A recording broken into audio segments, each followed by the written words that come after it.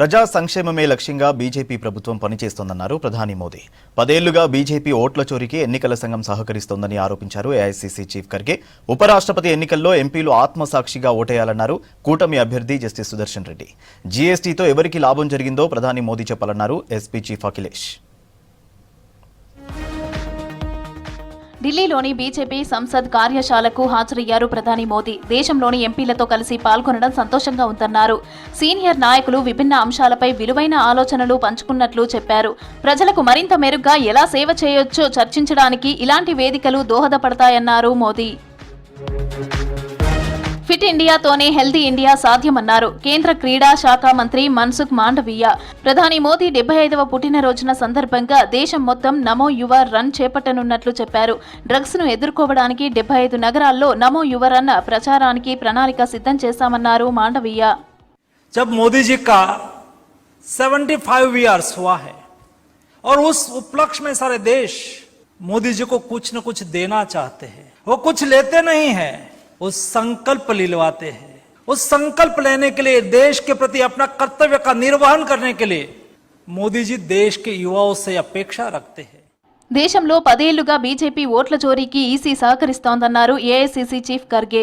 అక్రమార్కులను రక్షించడానికి చట్టాలను సైతం మార్చారని విమర్శించారు. కర్ణాటకలో చేసిన విధంగానే బీహార్లోనూ ఓటు చోరీకి బీజేపీ కుట్ర చేసిందని ఆరోపించారు. ఎన్నికలు దగ్గర పడుతూ ఉండటం, ట్రంప్ ఒత్తిడితోనే జీఎస్టీ సవరణలు చేసినట్లు చెప్పారు. చైనాను దేశంలోకి చొరబడనివ్వమని చెప్తున్న మోదీ స్వయంగా ఆ దేశ అధ్యక్షుడిని కలవడం ఏంటని ప్రశ్నించారు ఖర్గే. देखो, मोदी उन्होंने दोस्त हो सकते हैं, लेकिन मोदी देश के लिए दुश्मन बन गया. उन्होंने खराब किया. इतने टैरिफ लगाए, 50% टैरिफ लगाकर किसके वो तबाह किया? हमारे लोगों को तबाह किया. एक्सपोर्ट इंपोर्ट में पूरा ये तो मोदी के लिए और ट्रंप के लिए वो दोनों एक दूसरे अच्छे होते हैं. ఉపరాష్ట్రపతి ఎన్నికకు ఒక రోజు ముందు ఎంపీలకు వీడియో సందేశం పంపారు justice Sudarshan Reddy. Vice president ఎన్నికతో దేశ ఆత్మగౌరవం ముడిపడి ఉందన్నారు. దీన్ని కేవలం ఉపరాష్ట్రపతి ఎన్నికగా చూడొద్దని సూచించారు. దేశ హితాన్ని దృష్టిలో పెట్టుకుని ఎంపీలు ఓటేయాలని కోరారు. ఇండియా కూటమి ఉపరాష్ట్రపతి అభ్యర్థిగా పోటీ చేస్తున్నారు జస్టిస్ సుదర్శన్ రెడ్డి. और मैं आप सबसे दरखास्त करूंगा, अपने पार्टी के हित में नहीं लेकिन देश के हित में सोच समझकर आप मतदान करिए.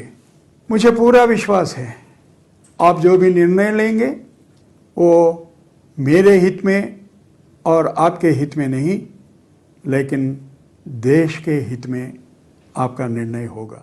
జీఎస్టీ అమలుతో దేశ ఆర్థిక వ్యవస్థ కుదేలైందన్నారు ఎస్పీ చీఫ్ అఖిలేష్ యాదవ్. దేశంలో వాణిజ్యం పెరుగుతుందని చెప్పి మోదీ సర్కార్ జీఎస్టీ తెచ్చిందన్నారు. కానీ జీఎస్టీతో చిరు వ్యాపారులు తీవ్రంగా దెబ్బతిన్నారని చెప్పారు. జీఎస్టీతో ఎవరికి లాభం జరిగిందో మోదీ సర్కార్ చెప్పాలన్నారు అఖిలేష్. जीएसटी जब लागू किया गया था तो ये बात कही गई थी कि व्यापार बढ़ेगा, इस कानून के लागू होने से सरल व्यवस्था लागू होगी जिससे कि व्यापारी और कारोबारी अपना टैक्स दे पाएगा. शायद दुनिया में इकलौता जीएसटी कानून रहा होगा जिसमें इतने संशोधन हुए हैं और इतने संशोधन होने के बाद भी आज फिर सरकार को संशोधन करना पड़ा. लेकिन टैरिफ से ये लग रहा है कि भारतीय जनता पार्टी के नेताओं के मुंह पर भी टैरिफ लग गया है. आप उनसे सवाल नहीं पूछ सकते टैरिफ को लेकर के. కేంద్రంలోని ఎన్డీఏ సర్కార్ విధానాలతో రైతులకు నష్టం జరుగుతోందన్నారు ఆప్ చీఫ్ కేజ్రీవాల్. డిసెంబర్ 31 వరకు అమెరికా పత్తి దిగుమతులపై 11% సుంకం మినహాయింపును తీవ్రంగా తప్పుబట్టారు. ట్రంప్ 50% టారిఫ్లు ప్రతీకారంగా కేంద్రం వెంటనే 75% ట్యాక్స్ విధించాలని డిమాండ్ చేశారు కేజ్రీవాల్. हम क्यों कमजोर पड़ गए? भारत 140 करोड़ लोगों का देश है, दुनिया का सबसे बड़ा मार्केट है. भारत, अमेरिका की सारी कंपनियां भारत आना चाहती हैं, भारत में अपना माल बेचना चाहती हैं. एक बार जरा सा 140 करोड़ लोग मोदी जी के पीछे खड़े हैं. डरपोक है ट्रंप. जिस जिस देश ने उसको आंखें दिखाई उसके सामने ट्रंप को झुकना पड़ा. हमारे देश में इतनी अमेरिका की कंपनियां काम कर रही हैं, गूगल काम कर रही है, फलानी अमेजोन का. 4 अमेरिका की कंपनियां बंद कर दो, नानी याद आ जाएगी इन लोगों को. आंखें तो दिखाओ, खड़े तो हो इनके सामने, सीना तान के खड़े तो, जवाब तो दो इन लोगों को. क्यों नहीं जवाब दे रहे, क्यों कमजोर पड़े हो? केवल अडानी की वजह से उसको बचाना, इसलिए पूरा देश ताक पे लगा देंगे हम लोग। ఉపరాష్ట్రపతి ఎన్నికకు ముందు ఇండియా బ్లాక్ ఎంపీలకు విందు ఇవ్వనున్నారు. AICC chief Kharge justice Sudarshan Reddy అభ్యర్థిత్వాన్ని బలోపేతం చేయడమే లక్ష్యంగా సోమవారం సాయంత్రం సమావేశం ఏర్పాటు చేశారు. అటు బీజేపీ కూడా ఆ పార్టీ ఎంపీలను ఢిల్లీ చేరుకోవాలని ఆదేశాలు జారీ చేసింది.